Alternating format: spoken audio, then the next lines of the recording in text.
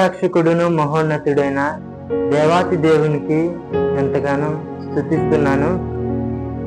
ఎందుకంటే యేసు పిలుచున్నానని గొప్ప కార్యక్రమం చేయడానికి దేవాతి దేవుడు ఎంతగానో అవకాశం ఇచ్చాడండి. అలాగే వీక్షిస్తున్న మీ అందరికీ సర్వశుభాలు.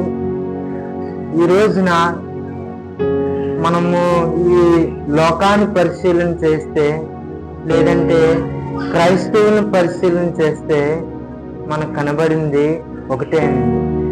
ఏంటంటే నువ్వు అన్నా నేనైనా ఏ స్థితిలో ఉన్నాము ఈ రోజున అని గమనించుకోవాలి. ఎందుకు గమనించుకోవాలి అని చూస్తే, ఒక మనిషి ఆధ్యాత్మిక జీవితం వర్ధిల్లాలంటే, అతని జీవితం ఉన్నత స్థితిలోకి వెళ్ళాలంటే, దేవుడు నివసిస్తున్న ఆ పర్వతం పైకి మనం ఎక్కాలి అని అంటే మనం రోజు పరిశీలన చేసుకోవాలి. నువ్వు ఏ స్థితిలో ఉన్నావు అని గమనించుకోవాలి. ఎందుకంటే ఈ రోజున కొంతమంది లాభాలను చూసి తన స్థితిని లెక్కలు వేసుకుంటాడండి. లేదంటే తనకున్న పేరు ప్రఖ్యాతులను బట్టి తన స్థితిని అంచనా వేసుకుంటాడండి లోకంలో మనిషి. అయితే దేవుడు చెప్తున్నది ఏంటంటే, నువ్వు ఏ స్థితిలో ఉన్నావో ప్రతి క్షణము పరిశీలన చేసుకోవాలి. ప్రతి క్షణము నువ్వు గమనించుకోవాలి, సరి చేసుకోవాలి. అయితే ఏ స్థితిలో ఉన్నావని ప్రశ్నిస్తున్నాను. నువ్వు ఏ స్థితిలో ఉన్నావు అని గమనించినట్లయితే మనము దేవుని వాక్యాన్ని పరిశీలన చేస్తాం. ఏంటంటే ప్రకటన గ్రంథము 3వ అధ్యాయము 2వ వచనంలో, లేదంటే 1వ వచనంలో చివరి భాగం చదువుకుందాం. జీవించుచున్నావన్న పేరు మాత్రం ఉన్నది, కానీ నీవు మృతుడివే. చూశారు కదండి, ఈ మాట సార్దీసు సంఘానికి దేవుడు చెప్తున్న మాట. సార్దీసు సంఘం ఏ విధంగా ఉంది అని అంటే, ఆ సంఘము జీవిస్తుంది అంటే బ్రతుకుతున్నా అన్న పేరు మాత్రం ఉన్నది, కానీ చచ్చిన స్థితిలో, కుళ్ళిన స్థితిలో ఉన్నది.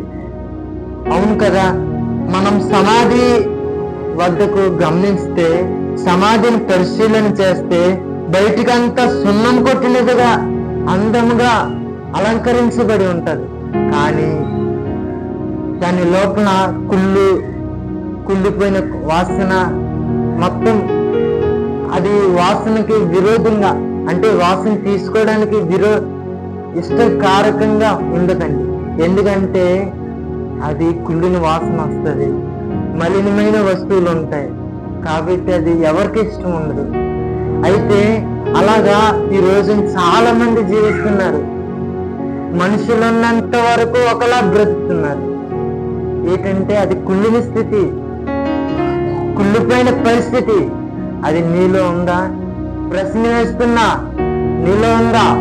గమనించుకో, పరిశీలన చేసుకో.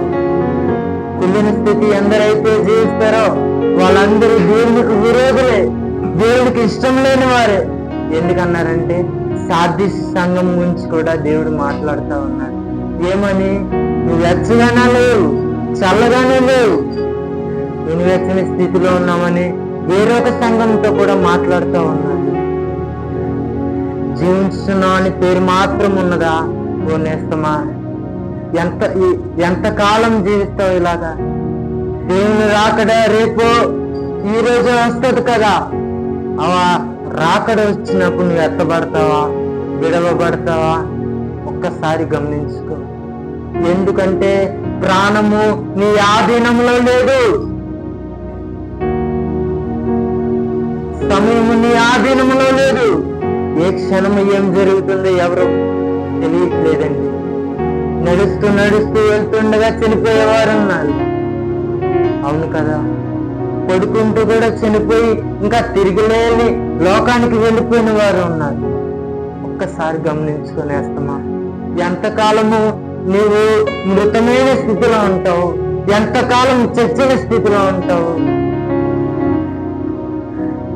ఒకవేళ నీ జీవిస్తూ మండుతూ ఉంటే ఆయనకి ఎంతో మహిమ కదా. నువ్వు జీవిస్తూ ఇంకా ఆత్మలో నువ్వు ఎదుగుతుంటే ఆయనకి సంతోషం కదా, అదే కదా దేవుడు కోరుకుంటుంది. ఎంతకాలం నువ్వు ఈ లోకం వెంబడి తిరుగుతూ ఉంటావు? యేసు పిలుస్తున్నాడు. అందుకని యేసు తన హస్తాలను చాపుతున్నాడు ఆ కలవరి సిలువలో నుండి. వస్తావా? వస్తే నువ్వు బాగుపడతావు మిత్రమా.